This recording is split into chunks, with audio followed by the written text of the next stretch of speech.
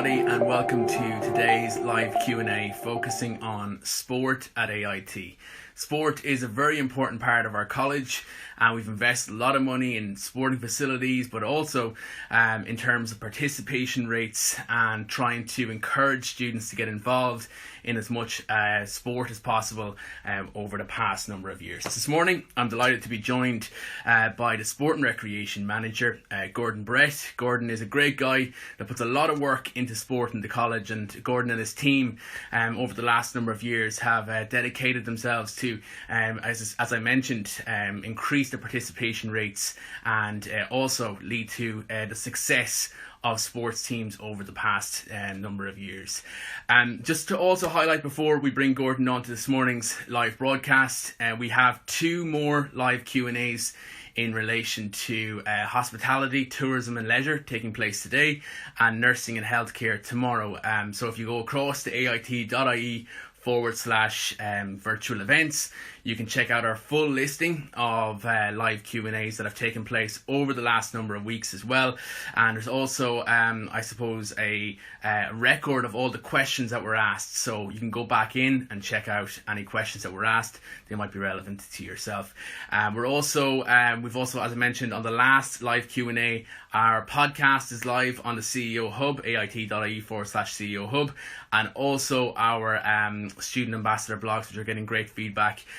Really nice to hear the student voice coming through on those blogs as well. So at this point, I'm going to get Gordon involved. We've got a lot of questions that have come through, particularly over the last couple of days in relation to scholarships and also in relation to facilities and how it all operates when it comes to sport at AIT. So at this point, I'm going to get Gordon involved and just, here we go.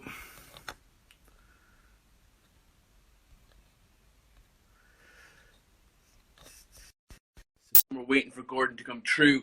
Just to highlight as well, and Gordon will, I suppose, reiterate this over the course of this broadcast as well, in relation to the facilities in AIT are second to none. So at this point, bringing Gordon in. So Gordon, you're very welcome to today's live Q&A. Good to hear. Thanks for coming on, Gordon. I suppose firstly, before we get into talk about sport at AIT, let's talk about Liverpool. What's going to happen? League champions 2019-20, Dan. You know this. I think all in my camp here are hoping for a null and void season, so West Ham can stay up. Ham will stay up anyway. They'll be fine. So Gordon, I suppose to get started, if we can just, I suppose, get an introduction into sport at AIT, can you talk about a little bit about the sports teams that are available for students when they come on campus, particularly as a first year student coming in? Yeah, we cover all the traditional sports, all the team sports, individual sports. We're fairly strong in rugby, Gaelic football, soccer, and they're all kind of traditional field sports. We also compete in all the indoor sports, basketball, volleyball, badminton. Then you have stuff like athletics, are very strong, and we'll talk about the facilities for athletics later on. But then we have some other sports that have grown in the last couple of years. Our archery club have been really successful, and they've got great numbers, and our pool club. We've had some great student involvement in those clubs. We've supported them, but they've really been driven by the students themselves. And like last year, we started a go-karting club.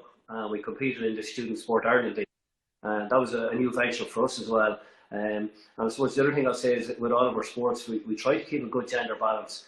Where the demand is there, we'll always try and have a male and female team in each of the sports. But pretty much all the traditional sports. And I suppose anybody who's about to join AIT, maybe whenever we get back to college in September, October, if they think they should contact the sports department, and if they think that there's a club or a society that we don't already cater for, well then they can contact us and we'll try and help them set that club up, and we'll support them then as they try and develop the club and drive it forward.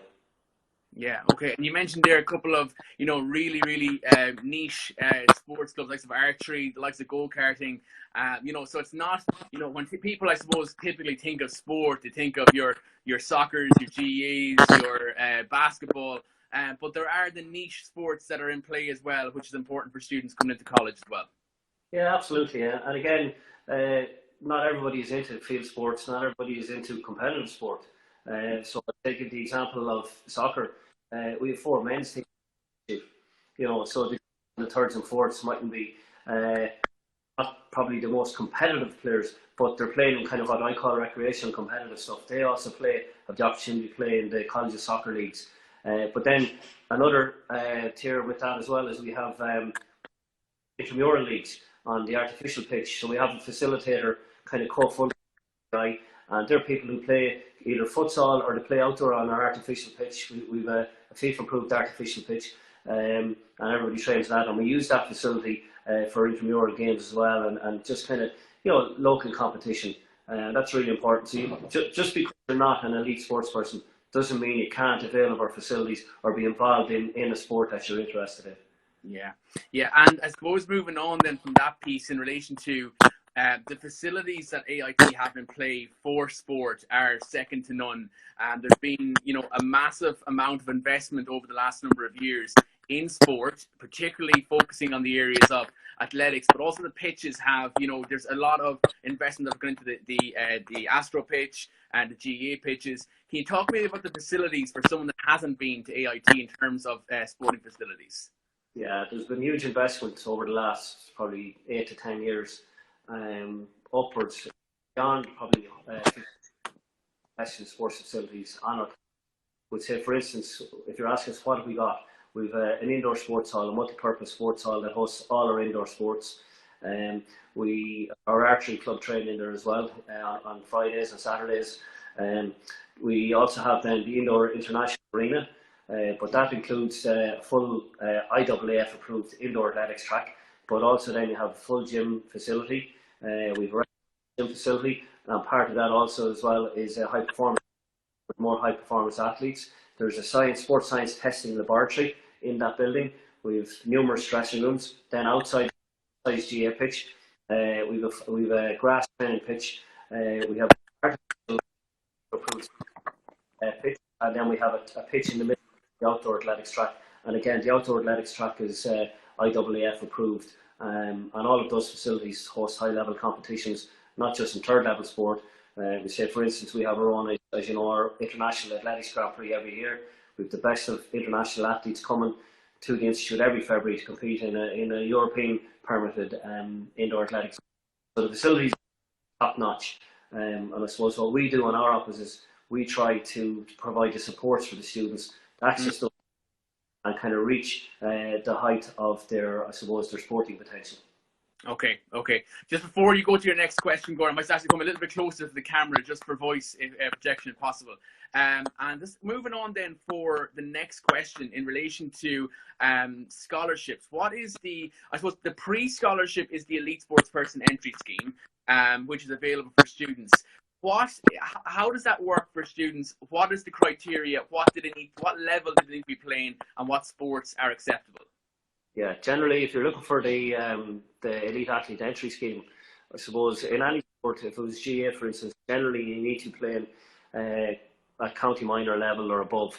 I suppose in soccer, players playing League of Ireland, some representative level. Athletics, I suppose, again, you need to be in probably top 5 or at least top 10 in your event. So we're looking at people on that. It is an Elite Athlete Entry Scheme. It's not just for everybody. There is a points waiver up to 50 points. It probably wouldn't be fair to go beyond 50 points because to put people in a course that they're probably not able for isn't a good idea. But you need to be playing at a high standard on inner sport. But I mean, if anybody has any doubts, you just need to contact us via email at the moment, I suppose.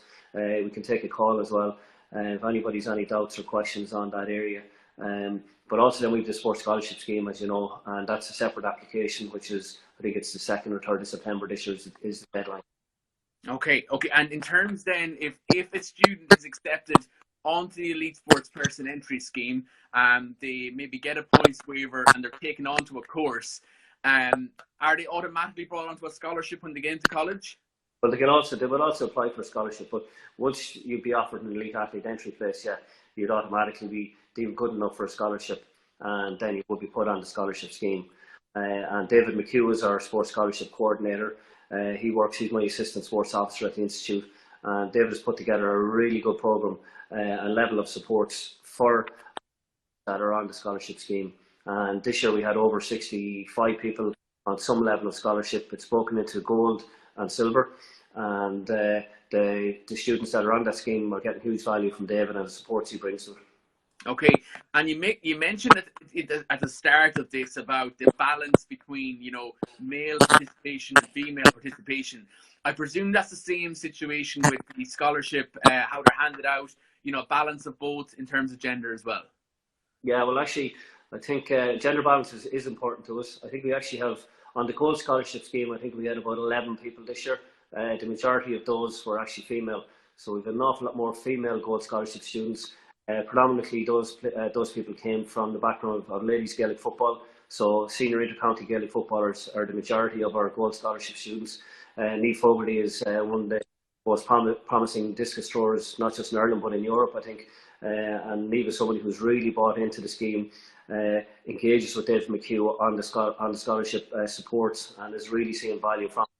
So, but yeah, the majority of our students actually at the moment on the Gold scheme are actually female. I'd say it's nearly 75% right now. Brilliant, brilliant. And just Hannah has just written in a quick question here. She's asked the date. What date is the last application for elite sports person scholarships due in? That's the 1st of May. But look, there may be some little bit of flexibility on that given the current situation, because so I suppose I can't speculate, but we don't know when college will actually start. Yeah, yeah. CEO, I don't know. The CEO might even change their.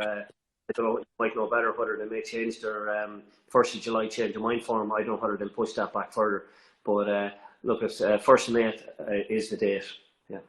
Okay, and Orla has just written in to ask if she applies for a scholarship when she starts, how long does it take to find out if you've been accepted onto the program? Okay, generally you would know within 2 or 3 weeks. We take the applications in September, so really you need to be accepted as a student at the institute before you can be deemed a scholarship student.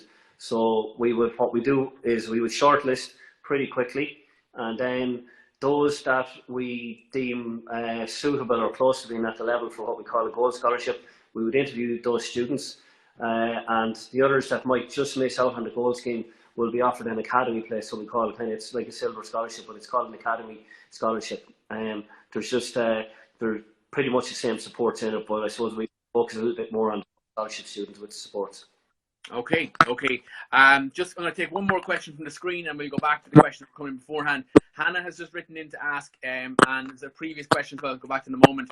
The standard of the Camogie team? I'm not sure, is that the standard to get a scholarship, or is that the standard to actually get on the team? But I suppose that can vary from year to year. It depends on the intake. To get on the team, I suppose we've played at Father Matter level the last couple of years. The one thing I'll say about the Camogie Club, they're very committed, great bunch of girls. Lizzie Flynn is our Camogie development officer, doing great work with them. So most of the girls will be playing some level of club Camogie, and sometimes we'd have a lot of county players as well. So it can vary. Again, it just depends on the intake. In terms of the scholarship for Camogie, again, really you need to be looking to, I suppose, county standard, either minor or beyond. But that actually, just because you play county minor doesn't mean, because we just, there's only so many given out. I know in previous years, say, I'll give a rugby example. I think we might have had about 20-25 applications for rugby of a high level. 7 of those had played international at some level, and that then meant that people who maybe didn't get a Gold Scholarship, but they played at a high level in interprovincial, but it just happens. But I suppose the beauty of the scheme now is that we're very much focused on supports rather than cash. So we've gone away from the idea of just handing out cash for a scholarship. So what we do is we've used that money to provide supports in terms of academic support, helping people with subjects that they might struggle in. And I suppose David McHugh, in his one-on-ones with the students, will find out all this information. He'd also find out that somebody needs extra support in S&C and get them one-on-one work, particularly Gold Scholarship students on an S&C level. And it's all about making you not just a better sports person, but a better student. Yeah, that is very reflective of all of the other live Q&As that we've done so far, this campaign, in terms of the supports that are there and how AIT lends itself to that supportive environment for students. So it's nice to see that the sports scholarship setup is the same process and the same idea. Claire has asked about the standard of the ladies football team. Yeah, I suppose there's a couple of tiers. We have two teams. So again, if you're playing at a high level, inter-county level, we'll be playing at Lynch Cup level. Giles Cup level, which is kind of the intermediate level. We would have been very successful at Lynch Cup level. The O'Connor Cup is the top level. We've kind of been teetering on the brink of going across into O'Connor Cup for the last couple of years. I suppose if Clare's a county player, the more county players we can get, the easier it'll be for us to push on to O'Connor level and be successful there. We have a second team as well, and they've been pretty successful the last couple of years. So they will play in some of the lower leagues and some of the lower tier championships. And again, that's getting back to not just getting for the complete elite sports person. I suppose my office is focused on trying to win trophies, but our first key target every year is high participation. And that's where that second team for ladies comes in. It's where the thirds and fourths, I suppose, in men's soccer. It's where the junior team, intermediate team in Gaelic football and hurling comes in. A freshers B team, maybe in summer G again. We're not just focused. So if anybody's interested, and I know we all say, particularly with the GA clubs or the other sports, it's your club away from home. And even if you don't have a club at home and you're interested in the sport, it's great to get involved in the panel, go do the training, and you'll get game time. You'll definitely get game time at AIT, and everybody loves the gear and the kit. So teams are well catered for. It's great. People do their fundraising, clubs get together. There's a good social side to it as well. That's another important side of the college sporting experience, is that you get to meet other people outside the classroom, meet people from other courses, and again, college is an experience. Like, number one is, we need to educate people, get them qualifications, get them in the workplace. But the ones that we find involve themselves in sport and get involved in their clubs, they're a more rounded individual, and I suppose they have a better looking CV, in my book anyway, if they get involved in sport. Yeah, I've been sporting my own AIT branded gear as well here, so thanks a million for giving me that. Moving on then, Gordon, I suppose, to the balance between playing sports and your studies. I think it's a very, very important balance to get right. We always talk about getting the academic balance right with the social and the sport.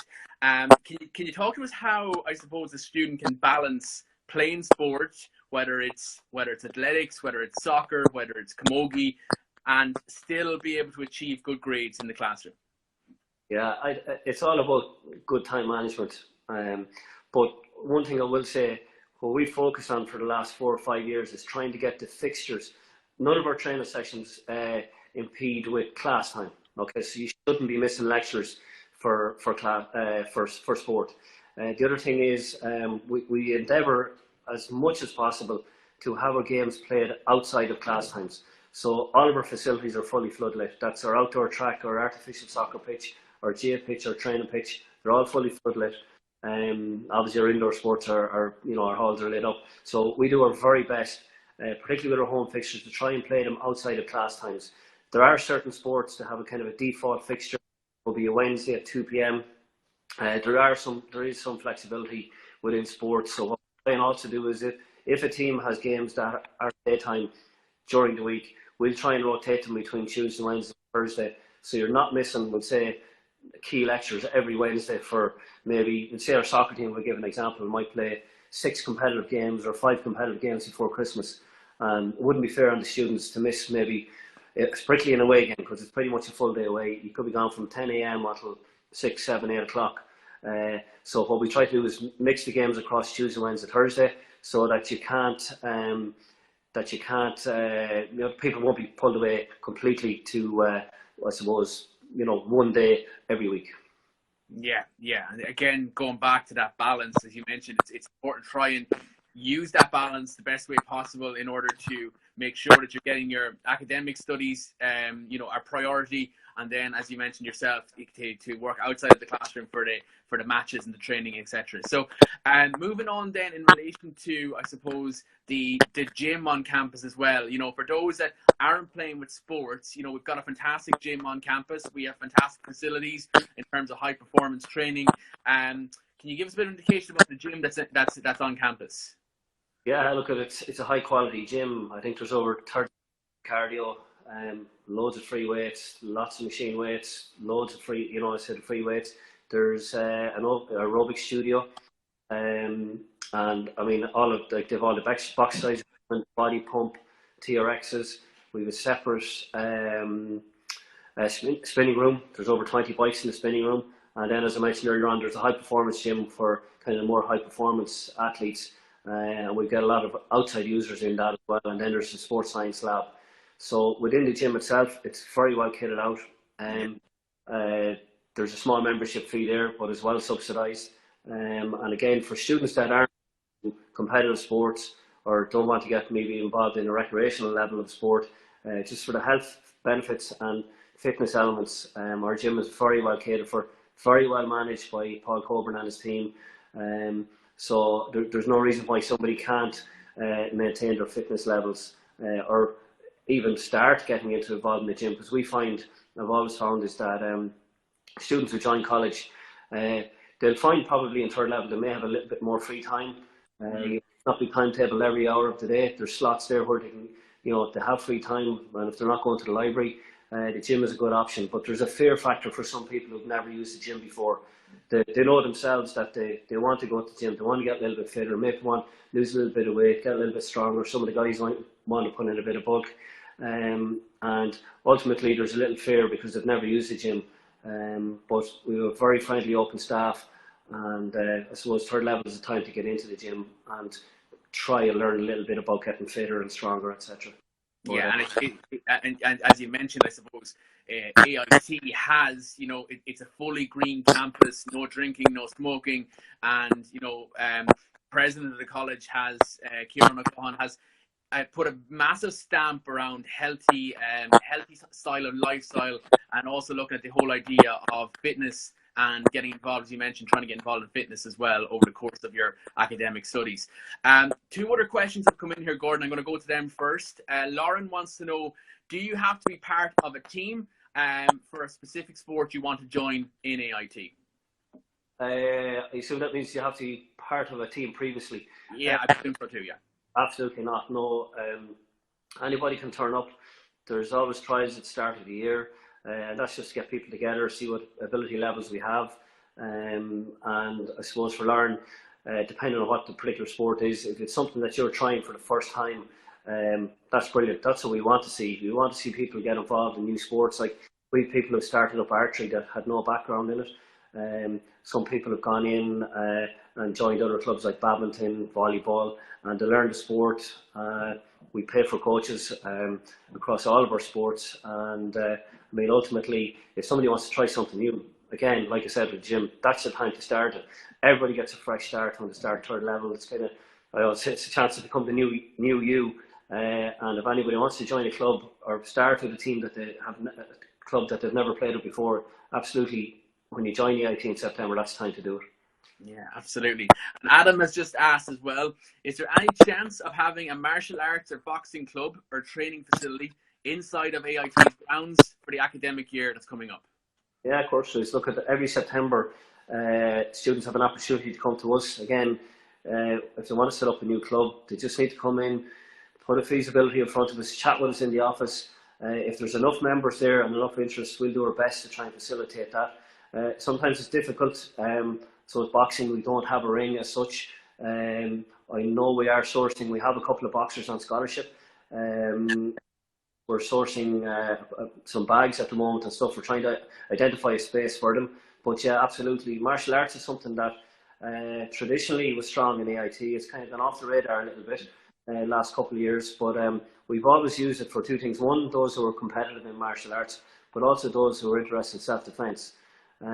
So some of our martial arts club, we had Brazilian Jiu-Jitsu for a number of years. Bought a lot of mats and pads and etc. So yeah, if somebody's interested, but we do need students to actually drive it as well, and then we'll support them through our office. Okay. And just to, I suppose to emphasize as well that we have a lot of sports courses to back up our sporting facilities and our sporting teams that are in place. So we have the sports science degrees, the exercise physiology, and then we have the likes of physical activity and health. But we also have business, sport and recreation at level 6 and a new level 8 in that space as well for sport management. So a lot of new courses coming on stream in the whole sports area. But I presume the participation rates are across all courses within the college. Absolutely. Look at the sports courses are a huge help, because naturally those who are about to study a sport or recreation area probably have a background in it already. In most cases, probably 95% of cases. But we get a huge amount of students from the engineering, from the trades area. Traditionally, we've always had a strong input into our hurling and football clubs from the trades area. Then you have science courses that are non-sport related. Yeah, absolutely. We've had some brilliant sports people right across. We'll say, if you go back in the day when I was even a student, Rory O'Connell, Westmeath Football All-Star. Rory did a degree in polymer engineering. He works in that area now, so and he was a top-class inter-county footballer. So not everybody is studying a sports course, but again, a broad range of courses, and I suppose people shouldn't look into that idea that if they're still looking at courses now, and if sport is their background, they don't necessarily need to work in sport or study a sport-related subject. And it'll in no way affect your involvement in a club. If you want to play with a college team and you're not studying a sports course, that's irrelevant really to us. Okay, and finally then, Gordon, any advice to students that maybe have a question or have a query in relation to sport or scholarships or teams? How can they get in touch with you or your team? Easily enough. If they want to send us a message on Facebook, or any of the other social media platforms, through Twitter, through Instagram, through yourself even, no problem. We get back to people. We're all working from home at the moment, working online. So I suppose we're waiting for this kind of stuff, because we're kind of a cold face kind of department, is what I call us, and we deal with students face to face. I suppose one of the things I said before when we chatted, Danny, was that students should understand that, I suppose, they pay a capitation fee to become a student in third level college. That money is broken up. We get a slice of that to manage sports. So as such, the students pay our wages. Their finances manage our department. So I suppose the onus is on us to give students back the value of that money. So I suppose ultimately, if you have queries, get in touch with us and we'll get back to you as quickly as possible. But even if people are already know they're coming to AIT, if they drop into us in September, and I say, always when we do our inductions, we always tell our students that if they want to set up a new club, it could be hang gliding, it could be whatever, that we don't already cater for, and if we think it's feasible and we can fund it a little bit, we'll support you. Say last year our go-karting club was a new club last year, and we got it up and running, and they were very successful. They had a great year. Okay. Gordon, thanks a million for joining me this afternoon. I really appreciate it. And as Gordon mentioned, drop us a DM if you have any questions in relation to anything that was discussed this morning, or if you think of a question afterwards. As Gordon said, we're here to help over the course of these few months. So again, Gordon, thank you for coming on this morning, this afternoon. We really appreciate it. Thanks, Daddy. All right, talk to you soon.